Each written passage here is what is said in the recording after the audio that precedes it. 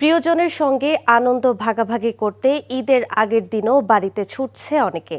সকাল থেকেই রাজধানীর কমলাপুর রেল স্টেশনে ভিড় দেখা গেছে।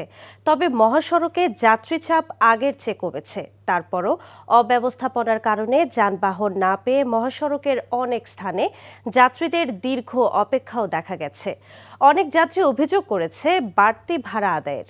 ঈদ যাত্রায় গাজীপুরে ঢাকা ময়মনসিংহ মহাসড়কের কয়েকটি পয়েন্টে যানবাহন চলছে ধীর গতিতে। ঢাকা টাঙ্গাইল যমুনা সেতু মহাসড়কে যানজট নেই, ঘরমুখ মানুষের ঢল নেই সাভারের আশুলিয়া থেকে।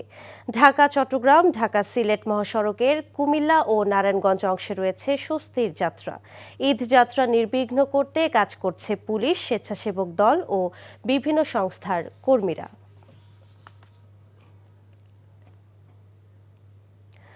এই মুহূর্তে রাজধানীর কমলাপুর রেলওয়ে স্টেশন থেকে সরাসরি যুক্ত হচ্ছেন স্টাফ করেসপন্ডেন্ট আবির আহমেদ।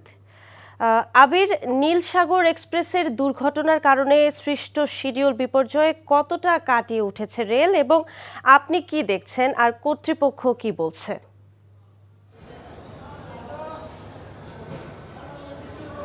আদিবা, সেই শিডিউল বিপর্যয় রাত পর্যন্ত ছিল, এখন আর কোনো শিডিউল অর্থাৎ আজ কোনো শিডিউল বিপর্যয় হওয়ার সম্ভাবনা নেই। আপনি আমার ডান পাশে দেখতেই পাচ্ছেন এই মুহূর্তে একটি ট্রেন ছেড়ে যাচ্ছে। এই মুহূর্তে কিছুক্ষণ আগে, ঠিক 10 মিনিট আগে রেলওয়ে কর্তৃপক্ষ তারা সাংবাদিকদের সাথে একটি ব্রিফ করেছেন। সেখানে তারা এমনটি বলেছেন যে শিডিউল বিপর্যয়, ট্রেন দুর্ঘটনার কারণে যে শিডিউল বিপর্যয় ছিল সেই শিডিউল বিপর্যয়ে তারা কাটিয়ে উঠেছে এবং আজ সারাদিন কোনো শিডিউল বিপর্যয়ের এখন পর্যন্ত কোনো সম্ভাবনা নেই, এমনটি তারা আমাদেরকে জানিয়েছেন। এবং সকাল থেকে এই স্টেশনে আজও, অর্থাৎ রাত পোহালি পবিত্র ঈদুল ফিতর, এখনও দেখেছি, যদিও এখন ট্রেনের চাপ কিছুটা কম রয়েছে, তবে সকালেও কিন্তু সেই যাত্রী চাপ ভালোই ছিল।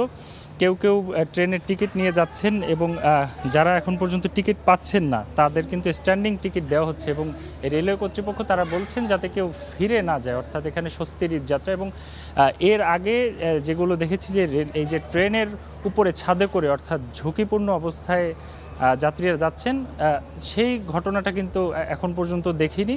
এবং আরেকটি বিষয় জানিয়ে রাখি যে এখন পর্যন্ত যে ট্রেনগুলো রয়েছে সেগুলো সঠিক সময়ে এখন পর্যন্ত ছাড়ছে এবং যাত্রীরাও স্বস্তি প্রকাশ করছেন। এবং শেষ সময়ে এখন যে যাত্রীরা যাচ্ছেন তারা কিছুটা স্বস্তির জন্যই মূলত এই ঈদের আগের দিন তারা বাড়িতে যাত্রা করছেন। এর পাশাপাশি যদি বলি যে বাসের স্টেশনগুলো, সেখানে কিন্তু ভিড় রয়েছে এখন পর্যন্ত। তো তুলনামূলক এই কমলাপুর রেল স্টেশন এবং রেলের অন্যান্য স্টেশনগুলোতে তুলনামূলক ভিড় কম, তবে বাসে এখনও যাত্রী চাপ রয়েছে। আদিবা, জানছিলাম রেলে ঈদ যাত্রার খবর। ঈদ যাত্রায় সড়কের পরিস্থিতি জানাতে গাজীপুর থেকে সরাসরি যুক্ত হচ্ছেন সিনিয়র করেসপন্ডেন্ট নাসির আহমেদ।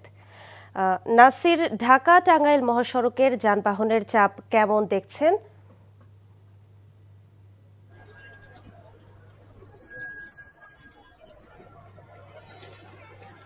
আদিবা, ঢাকা টাঙ্গাইল এবং ঢাকা ময়মনসিংহ মহাসড়কে গতকালের যে চিত্র ছিল, মহাসড়ক দীর্ঘ লাইন ছিল, মহাসড়কে যানবাহনের থেমে থেমে যানজট এবং যাত্রীদের বিপুল সংখ্যক উপস্থিতি ছিল বিভিন্ন স্টেশনগুলোতে।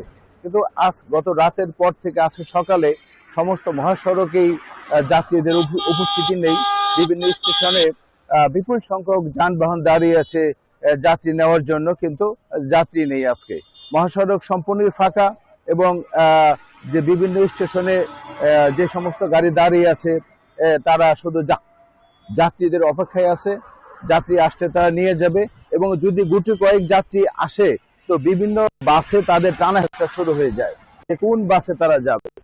এবং ঢাকা টাঙ্গাইল মহাসড়কে চন্দ্রা এলাকা থেকে শুরু করে টাঙ্গাইল পর্যন্ত আর এদিকে আশুলিয়া পর্যন্ত সমস্ত রাস্তায় ফাঁকা রয়েছে। শুধু চন্দ্রার মোড়ে ওই যাত্রী ওঠানামাকে কেন্দ্র করে এলোপাথারি যে বাস দাঁড়িয়ে আছে সেই জন্য একটু জটলা রয়েছে।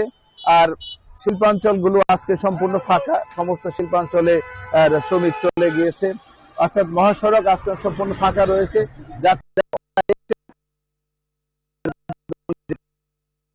মহাসড়কে রয়েছে যাত্রীর সংখ্যা অনেকটাই কম আজকে।